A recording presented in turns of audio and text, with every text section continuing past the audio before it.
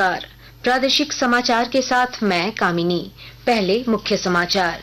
झारखंड में 13 नवंबर को होने वाले पहले चरण के चुनाव के लिए नामांकन पत्र दाखिल करने का कल अंतिम दिन। काफी संख्या में प्रत्याशियों ने आज दाखिल किए नामांकन के पर्चे। झामुमो के वरिष्ठ नेता सह मुख्यमंत्री हेमंत सोरेन बरहेट, भाजपा से नेता प्रतिपक्ष अमर कुमार बावरी चंदन क्यारी और कांग्रेस के रामेश्वर उरांव ने लोहरदगा से भरा नामांकन।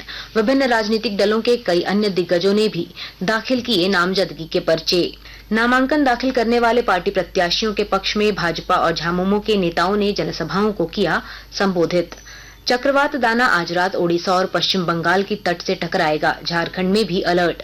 रांची, पूर्वी और पश्चिमी सिंहभूम तथा सरायकेला समेत कई जिलों में तेज हवा के साथ भारी से भारी बारिश की चेतावनी। और केंद्र सरकार ने दीपावली और छठ पर 7,000 स्पेशल ट्रेन चलाने की दी मंजूरी। और अब समाचार विस्तार से। झारखंड विधानसभा चुनाव के पहले चरण के लिए आज काफी संख्या में प्रत्याशियों ने अपने नामांकन पत्र दाखिल किए। इनमें झामुमो के वरिष्ठ नेता और मुख्यमंत्री हेमंत सोरेन बरहेट, भाजपा के वरिष्ठ नेता सह नेता प्रतिपक्ष अमर कुमार बावरी चंदन क्यारी और कांग्रेस नेता सह राज्य के मंत्री डॉक्टर रामेश्वर उरांव लोहरदगा, इरफान अंसारी जामताड़ा और बन्ना गुप्ता ने जमशेदपुर पूर्वी से नामांकन दाखिल किया। इसके अलावा झामुमो के वरिष्ठ नेता और विधानसभा अध्यक्ष रविंद्रनाथ महतो, राज्यसभा सदस्य महुआ माझी, कल्पना सोरेन, भाजपा के सीपी सिंह, नवीन जायसवाल, जीतू चरण राम, राजेश कच्छप, जदयू के सरयू राय, कांग्रेस के अजय नाथ शाहदेव और शिल्पी नेहा तिर्की समेत विभिन्न राजनीतिक दलों के साथ साथ कई निर्दलीय प्रत्याशियों ने भी अपनी नामजदगी के पर्चे भरे। पहले चरण के लिए कल नामांकन की आखिरी तारीख है। पहले चरण में 13 नवंबर को वोट डाले जाएंगे। भाजपा प्रत्याशियों के नामांकन कार्यक्रम में आज कई केंद्रीय मंत्रियों और राज्यों के मुख्यमंत्रियों ने हिस्सा लिया। रांची जिले की विभिन्न विधानसभा सीटों के लिए पार्टी प्रत्याशियों के नामांकन कार्यक्रम में शामिल होने के बाद पार्टी के प्रदेश चुनाव प्रभारी सह केंद्रीय मंत्री शिवराज सिंह चौहान ने कहा, राज्य की वर्तमान सरकार को उखाड़ फेंकना भाजपा का एकमात्र लक्ष्य है। जेएमएम की सरकार, कांग्रेस की सरकार, ये जो दाना तूफान है इससे बड़ा संकट है और इसलिए संकट से बचना है। जेएमएम की सरकार को उखाड़ कर फेंकना है और बीजेपी एनडीए की सरकार को जिताना है।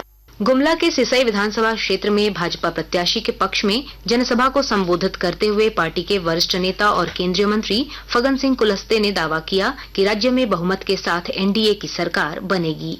झारखंड के अंदर सरकार ने जो कुछ भी अभी तक किया है, क्योंकि इससे आदिवासियों में हताशा का भाव है और इसलिए सरकार पूरी तरह फेल गई। आज पूरे देश में भारतीय जनता पार्टी और विकास को आधार बना करके हम चुनाव लड़ रहे हैं और झारखंड में निश्चित तौर से भारतीय जनता पार्टी बड़े बहुमत के साथ में सरकार बनाएगी।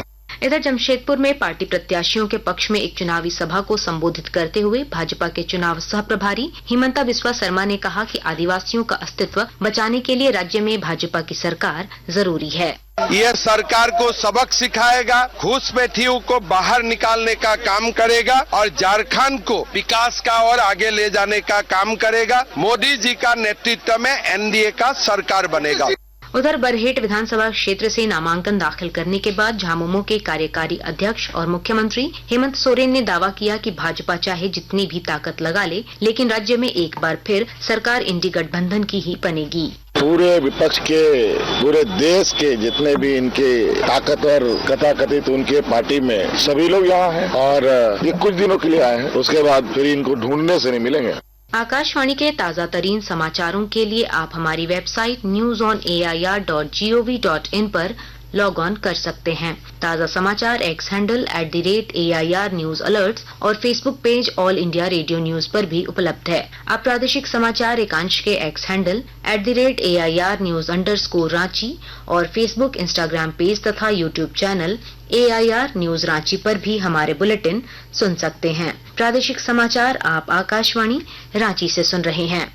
राज्य के मुख्य निर्वाचन पदाधिकारी के रवि कुमार ने बताया कि आदर्श आचार संहिता लागू होने के बाद से अब तक लगभग 27 करोड़ के अवैध सामान और नकद जब्त किए गए हैं। रांची में पत्रकारों से बातचीत में उन्होंने यह भी बताया कि हर मतदाता तक सूचना पर्ची पहुंचाने का काम 26 अक्टूबर से शुरू होगा। किसी पर वो पर्ची देने के समय में बीएलओ का इंस्ट्रक्शन यही है, पेन से राउंड करके उनका सिग्नेचर करके देंगे ताकि वोटिंग के समय में उनका नाम जल्दी ढूंढने में आसान होगा। कारण उनका सीरियल नंबर रहेगी, पोलिंग ऑफिसर वन अपने नाम सर्च करने के लिए बहुत आसान से होगा, ताकि हम लोग इसी बार वोटिंग स्पीड का बढ़ाने के लिए वोटर टर्नओवर टाइम का कम करा के लाइन कम करने के काम कर रहे हैं। इसलिए अभी वोटर इन्फॉर्मेशन स्लिप में ये बहुत महत्वपूर्ण काम है।